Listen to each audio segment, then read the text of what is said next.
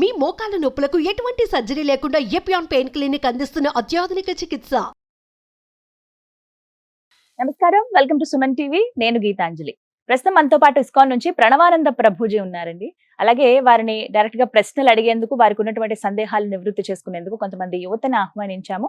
ఈ రోజుల్లో చూస్తున్నాం కదా, స్పిరిచువాలిటీ, ఆధ్యాత్మికత అనేది యువతలు ఎక్కువగా పెరగటం కావచ్చు, దైవారాధనలో వాళ్ళు ఉండడము, దైవం గురించి కొన్ని విషయాలు తెలుసుకోవటము, వారికి ఉన్నటువంటి సందేహాలు నివృత్తి చేసుకోవడం చూస్తున్నాం. అందులో భాగంగా ప్రణవానంద గారిని రిక్వెస్ట్ చేశాము. ఖచ్చితంగా వారికి సమాధానాలు ఇస్తామన్నారు. వారిని స్టూడియోకి ఆహ్వానించాము. అలాగే వారు అడిగేటువంటి ప్రశ్నలు ప్రత్యక్షంగా మీరు కూడా వినండి, మీ సందేహాలు కూడా నివృత్తి అవుతాయని భావిస్తున్నాం. ఇక కార్యక్రమాన్ని ప్రారంభిద్దాము. ప్రభుజీ నమస్కారం అండి. హరే కృష్ణ. హరే కృష్ణ. మీ అందరికి కూడా స్వాగతం అండి.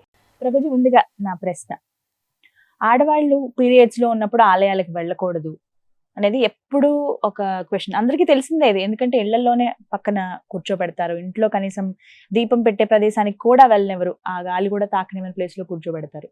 అయితే దీని మీద ఒక పెద్ద డిబేటే జరుగుతుందండి. గత కొద్ది రోజులుగా చూస్తున్నాం కొన్ని ఇష్యూస్. ఎలా అంటే అదేం తప్పలేదు, చేసుకోవచ్చు, చక్కగా పూజ దానిదే ఉందంటారు కొంతమంది. దేవాలయానికి వెళ్ళే ఏం కాదంటారు కొంతమంది. లేదు వెళ్ళకూడదని, వెళ్ళొచ్చని, అది కూడా 3 days అని, 5 days అని, ఇలా రకరకాల డిస్కషన్లు ఎప్పుడు జరుగుతూనే ఉంటాయి. అసలు ఇలాంటి సమయంలో ఎందుకు పూజించొద్దని చెప్పారు? ఫస్ట్ ఆ రీజన్ తెలుసుకోవాలనుకుంటున్నాను. ఇప్పుడు ఒక మాతృమూర్తిగా మీకు తెలుసు, ఆ సమయంలో we don't feel like doing anything.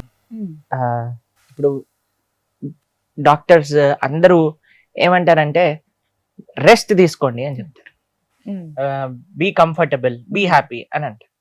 శాస్త్రం కూడా ఒక మాతృమూర్తులకు ఉండే ఆ అవస్థని చూసి వాళ్ళు ఏమన్నారంటే, కష్టపడాల్సిన అవసరం లేదు, గుడికి రావాల్సిన అవసరం లేదు, పూజలు పునస్కారాలు అంటే పొద్దున లేవాలి, తల స్నానాలు చేయాలి, తర్వాత మీకు తెలుసు కదా ఎంత శుచి మడి ఇవన్నీ కావాలి, ఇవన్నీ వద్దు, హాయిగా మీరు భగవన్నామం చేసుకోండి. భగవన్నామానికి ఏ అవస్థలో ఉన్నా సరే ఏం పర్వాలేదు. ఇప్పుడు చూడండి, ద్రౌపదీదేవి వస్త్రాభరణాని కోసం కురుసభకి లాగినప్పుడు అదే అవస్థలో ఉండింది. కానీ ఆవిడ హే ద్వారకా నిలయాచ్యుత గోవింద పుండరీకాక్ష అంటే భగవంతుడు రాలేదండి. అంతను లేదు నేను 5 రోజుల తర్వాత వస్తానన్న. పరమాత్మకి ఏమీ డిఫరెన్సియేషన్ లేదండి. మనకి సామాజికంగా, మానసికంగా, ఆరోగ్యపరంగా ఆలోచించి ఒక వ్యవస్థ పెట్టారు. ఇప్పుడు చూడండి, ఒక వ్యక్తి మరణించాక కొన్ని రోజుల పాటు ఆరాధన చేయకూడదు, 10 రోజులు. ఎందుకంటే వాళ్ళు ఎక్సెసివ్ గా బాధలో ఉంటారు ఆ సమయంలో. ఇప్పుడు పూజ చేయాలి, దీపం పెట్టాలి, అవి చేయాలి ఇవి చేయాలి అంటే వాళ్ళు ఆ బాధలో చేయలేరేమో అని ఈ 10 రోజులు చేయకనానా అని చెప్పారు. ఎంత కన్సిడర్ చెప్పండి శాస్త్రం మనకి.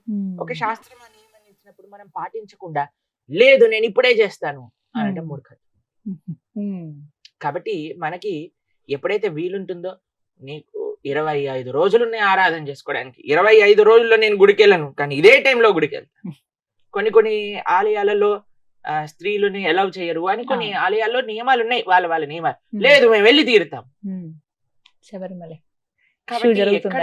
ఎక్కడ మనకి కొన్ని ఆలయాలు ఉన్నాయి, అక్కడ కేవలం స్త్రీలే ఆరాధన చేస్తారు, స్త్రీలకి అలౌడ్ ఉంటుంది, పురుషులకి అలౌడ్ ఉంటుంది. కొన్ని దగ్గర వ్యవస్థని గౌరవించడం, భక్తి అంటే ఏంటో తెలుసా అండి, శాస్త్రాన్ని గౌరవించడం, వ్యవస్థని గౌరవించడం, ఇది అన్నిటికంటే ముఖ్యంగా మనం తీసుకోవాలి. ఎప్పుడైతే మనం పెద్దల పట్ల నమ్మకం ఉంటుందో, పెద్దలు చెప్పిన మాట ఎప్పుడైనా సరే మనకి మంచిది అని మనం యాక్సెప్ట్ చేయడం ఫస్ట్ లక్షణం అన్నమాట. కాబట్టి ప్రతిదానికి మనం రెబెల్ అయిపోయి నేను ఇది చేసే తీరుతాను అని అనుకుంటే ఇంకా అలాంటి వాళ్ళని ఎవరు కాదు. కానీ ఆలయంలో కొన్ని వ్యవస్థలు ఉన్నాయి, శుచి శుభ్రత అవన్నీ ఉంటాయి. వాటన్నింటినీ పాటించుకొని ఒక 5 days రెస్ట్ తీసుకొని చక్కగా భగవన్నామం చేసుకుంటూ ప్రవచనం వింటూ ఉండండి, భగవద్గీత భాగవతం వింటూ ఉండండి. భగవన్నామం చెప్పడానికి, ప్రవచనాలు వినడానికి ఎటువంటి ప్రాబ్లం లేదు. చక్కగా 24 గంటలు భగవన్నామ స్మరణ చేసుకోవచ్చు. ఆ సమయంలో చక్కగా ప్రవచనాలు వినటం, దాంట్లో ఎటువంటి ప్రాబ్లం లేదు. 2 విషయాలు చేయకూడదు ఏంటి అంటే భగవంతుడి ఆరాధన, ఆలయానికి వెళ్ళటం. ఈ 2 ఆపేసెంట్ మిగతా అన్ని చేసుకోండి బ్రహ్మాండం. తెలిసి తెలియకుండా ఒకవేళ ఆలయంలో ఉన్నప్పుడు అలా జరిగింది అనుకోండి, తెలియక చేసిన తప్పుకి అయిపోయింది నువ్వు పదా అని పట్టుకుంటాడండి భగవంతుడు. కృపా స్వరూపం, భక్తవాత్సల్యుడు అండి ఆయన. తెలియక చేయని తప్పుకి ఏమీ ప్రాబ్లం ఉండదు. తెలిసి తప్పు చేయకూడదు, అది గుర్తుపెట్టుకో.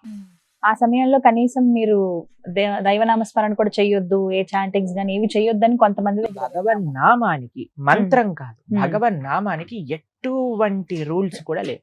హరే కృష్ణ కృష్ణ కృష్ణ హరే హరే, హరే రామ రామ రామ హరే హరే, ఇది షోడసాక్షర నామ్నాం కలి కల్మషనాశనం నాతర పరతరోపాయ సర్వవేదేషు దృశ్యతి. ఈ నామాన్ని మీరు ఎంత చేస్తే అంత మంచిది, బ్రహ్మాండంగా చేసుకోవచ్చు, ఎటువంటి ప్రాబ్లం లేదు.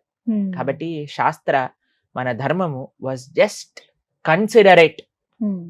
కాబట్టి ఆ శాస్త్రాన్ని ఇచ్చిన ఆ వాక్కుని మనం గౌరవిస్తూ మనం ఆలయానికి, భగవత్ సేవకి, భగవత్ ప్రత్యక్ష ఆరాధనకి దూరంగా ఉండి భగవన్నామస్మరణకి, భగవంతుడు చెప్పిన చక్కటి ప్రవచనాలు వినటంలో ఎటువంటి ప్రాబ్లం లేదు.